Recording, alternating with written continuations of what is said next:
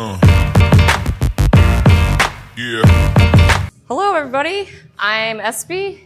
I am a personal trainer with Fitness Lounge, and today I'm going to be showing you some exercises for legs. So to set up for Spanish squat, I am just at a squat rack. You want something to wrap your resistance band around. This is a heavy resistance band, so the thicker the band for Spanish squat, it's going to be more difficult. So if you're new and this feels like too much, you want to be able to do your squat with proper form. So you could use a thinner band if you'd like. So when I hop in, I just pull the whole band around, and then I make 2 loops, 2 rabbit ears, if you will. We'll come back into it. So this is my second set on Spanish squat. I want to add weight. This is a very effective exercise with or without weight, so you don't need to. I prefer to use a kettlebell. I'm going to raise it up and kind of rest it on my chest to the best of my ability, because I don't want to come off and be using my arms. I really want to keep this in the lower body. Pull back as much as you can, create as much tension as you can, and lower down. Rise up. Remember, inhaling at the top. Hold that breath. Exhale up. With any squat, try to pretend there's water at the shoulder all the way down to the floor, so you can only breathe at the top. Inhale here. Hold. Exhale up. This is going to help you to engage your core as you squat.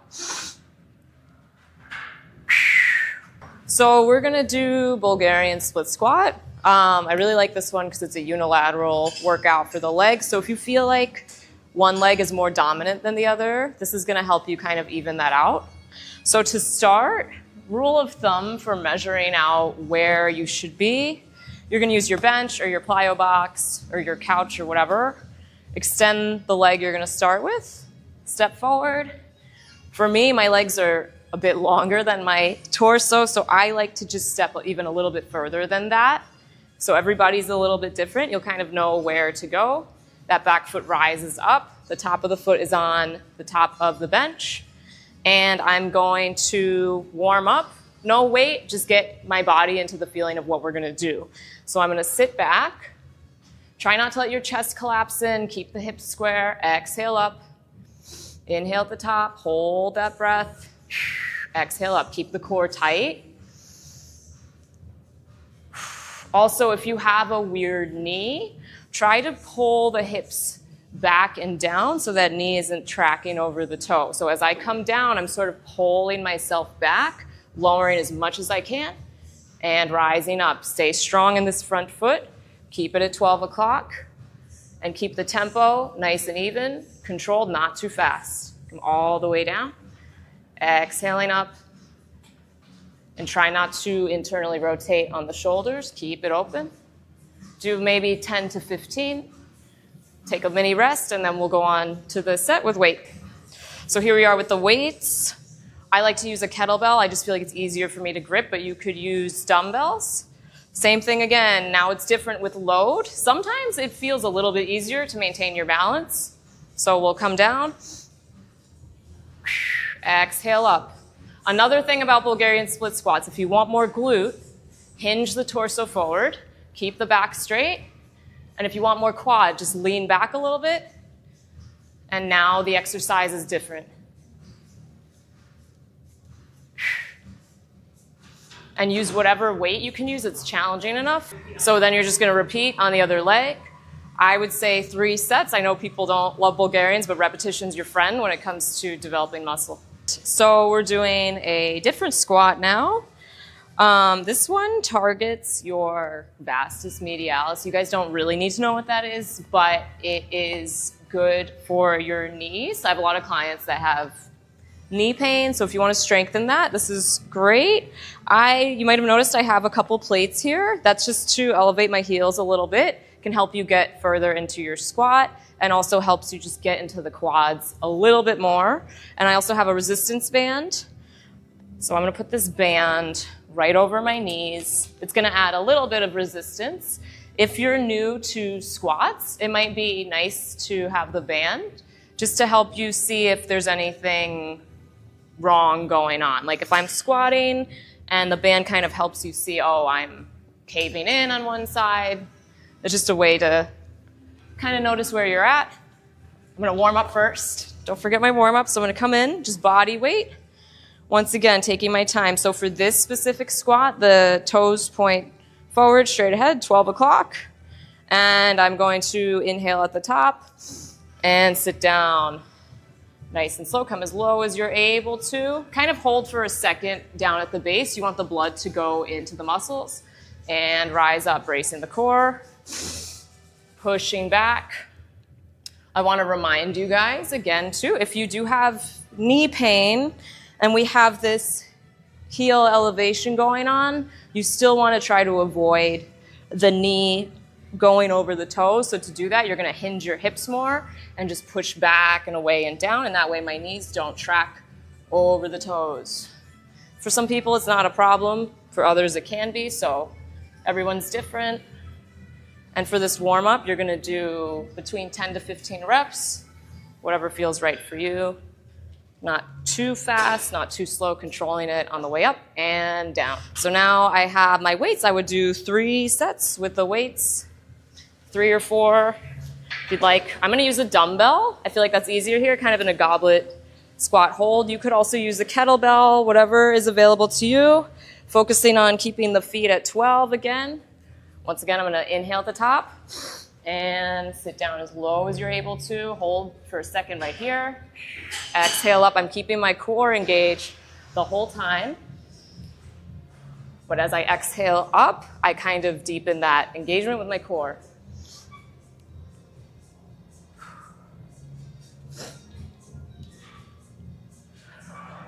For this, when I have the weight, you could shoot for 8 to 12. Depends on your goals, right? If you do less reps, more weight, you're gonna get a little more hypertrophy out of it. And lately I've been making my clients, they hate me for this, sit where there's the most tension and hold anywhere between 10 to 30 seconds at the end. This is a very good isometric hold. Those isometric holds really help your tendons and your joints. So you're gonna hate me for it, but you'll thank me later. All right. Okay, so let's do a glute exercise now. So we're gonna work glutes.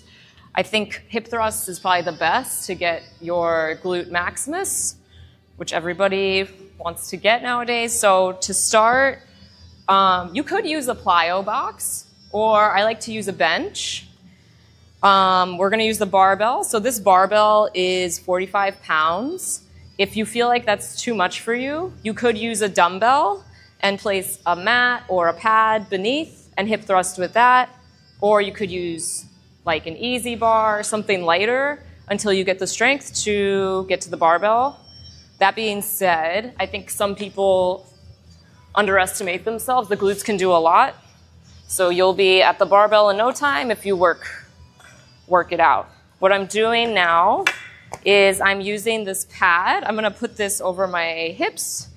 The barbell, I'm taking my bumper plates. You wanna make sure you have a bumper because it's taller than a regular plate, and that's gonna give you enough depth to slip in and out of the barbell. You'll kind of see what I mean once it's on. So we're just gonna slide this on. Boom. And the other side.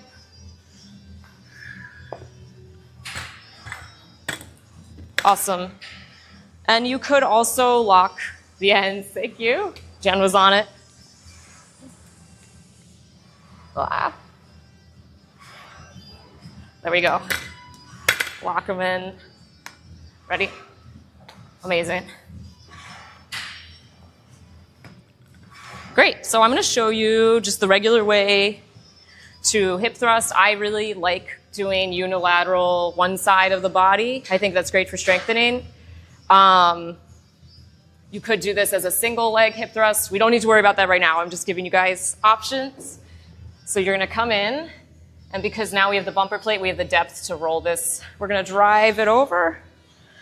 And from here, I'm going to do whatever I have to do to get onto this bench. So take your arms up, press up into your heels, and kind of think glute bridge. So my heels, everything is in the alignment.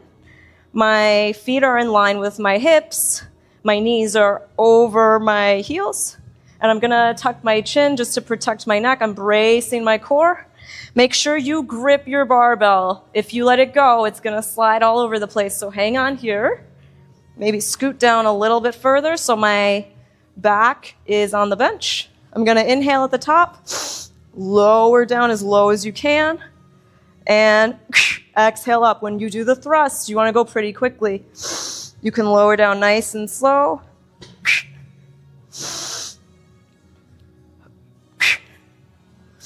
This is my warm-up. I'm gonna do like 12 reps.